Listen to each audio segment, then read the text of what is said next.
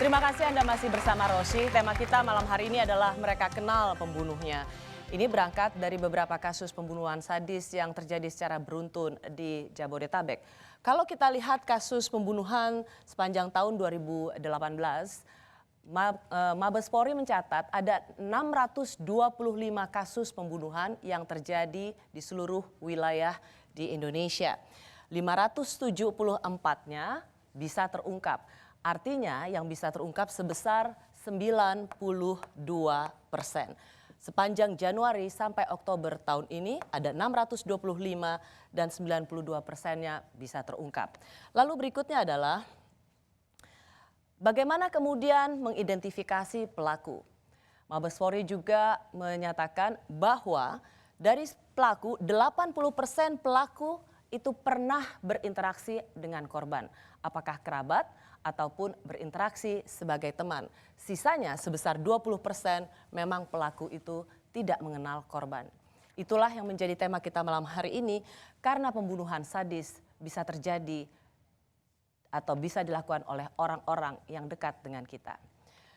Apa motif pembunuhan? Dari beberapa kasus yang bisa terungkap dan dari kesaksian pelaku maupun penyelidikan polisi, maka hampir sebagian besar diantaranya terjadi karena masalah pribadi. Mulai dari sakit hati, masalah personal, rasa tersinggung, dan dendam yang dialami pelaku pada korbannya.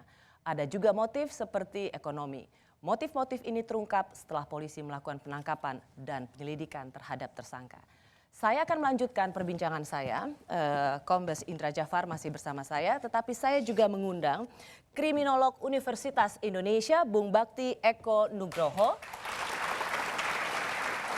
dan Mbak Cassandra Putranto, seorang psikolog. Selamat malam. Tadi kita sudah sedikit dengar apa yang menjadi perbincangan antara reporter Kompas TV dengan pelaku, juga tadi sedikit dengan Pak Kapolres. Saya mau bertanya dulu pada Anda, kriminolog. Apakah pembunuhan sadis itu hanya bisa terjadi karena spontanitas? Ada bakat yang terpendam dari pelaku atau itu sesuatu yang hanya bersifat tadi spontanitas saja? Pertama gini Mbak Rosi, soal kata sadis tadi dulu ya. Sadis itu menurut saya relatif subjektif karena menaruh racun dituangkan dalam segelas kopi kemudian diminum oleh korban yang meninggal itu sadis bukan? Nah jadi ada perdebatan. Marilah kita bersepakat pada di kekerasannya saja, di pembunuhannya saja. Tadi juga kita merujuk pada data yang ada. Sorry kalau saya interrupt dulu. Karena biasanya awam gitu, sadis itu ukurannya apa yang dia lakukan pada korban sampai dengan brutal begitu. Tapi Anda juga benar ya dari sisi kriminologi memberikan racun sehingga itu meninggal itu juga bisa dikategorikan sebagai sesuatu yang sadis. Jadi kita fokus pada pembunuhannya. Tindakan membunuhnya itu.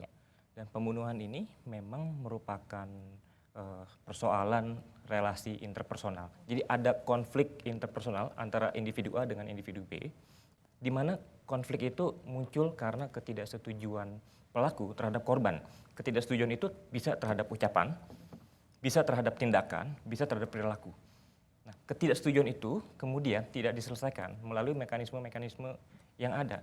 Ada mekanisme formal, ada mekanisme dialogis, ada mekanisme diskusi dalam rangka menyelesaikan masalah.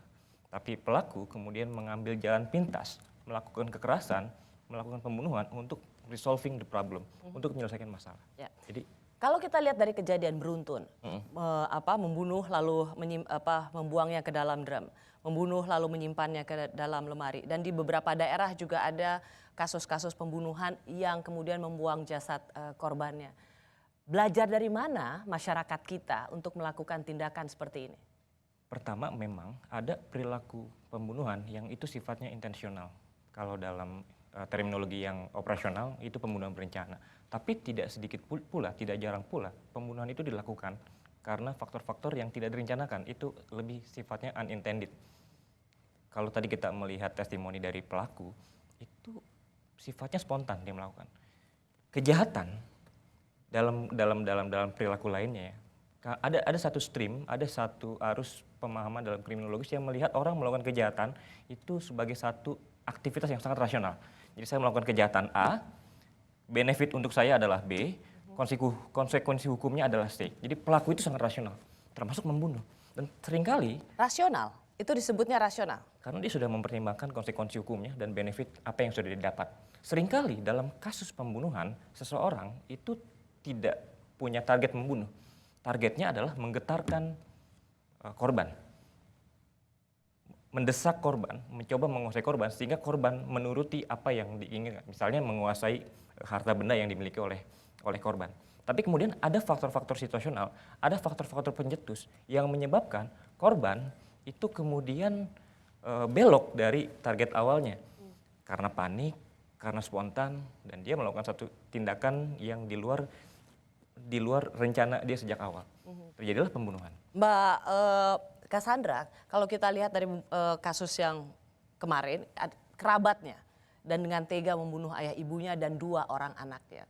Lalu juga kemudian kalau tadi dengan Pak Indra, usianya yang pria oke, bisa dikategorikan dewasa, tapi masih yang perempuan itu masih di bawah umur kategorinya. Dari mana mereka bisa dapat inspirasi untuk bisa sesadis ini? Sebenarnya dalam setiap kasus yang mengakibatkan korban tewas, itu memang seharusnya dilakukan sebuah pemeriksaan yang menyeluruh, dan yang jelas setiap kasus itu psikodinamika pasti berbeda-beda. Ya. Kebetulan memang topik malam ini adalah pembunuhan beberapa series, lalu kemudian kita ingin mencari tahu penyebabnya. Tapi sebenarnya kalau dari sisi psikologi itu tidak pernah atau jarang sekali ada kasus yang persis sama. Ya, karena memang selalu ada karakteristik-karakteristik. Dan ada irisan-irisan lain yang berbeda. Betul. Jadi kalau misalnya tadi dari kriminolog dari UI bicara bahwa ada alasan-alasan seperti ini, mungkin saja. Tetapi kalau dari, terutama juga dari pengalaman saya selama ini ya memeriksa gitu, setiap kasus itu pasti beda-beda. Nah kebetulan dari keempat kasus yang memang disampaikan tadi, saya belum memeriksa satupun.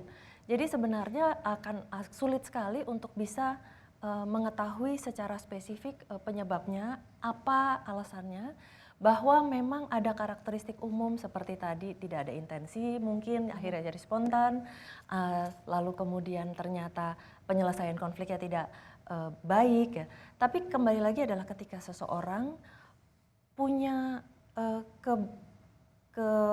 keputusan untuk membunuh, itu memang dilihat dari ketika korbannya ini, lalu kemudian tersangka pelakunya.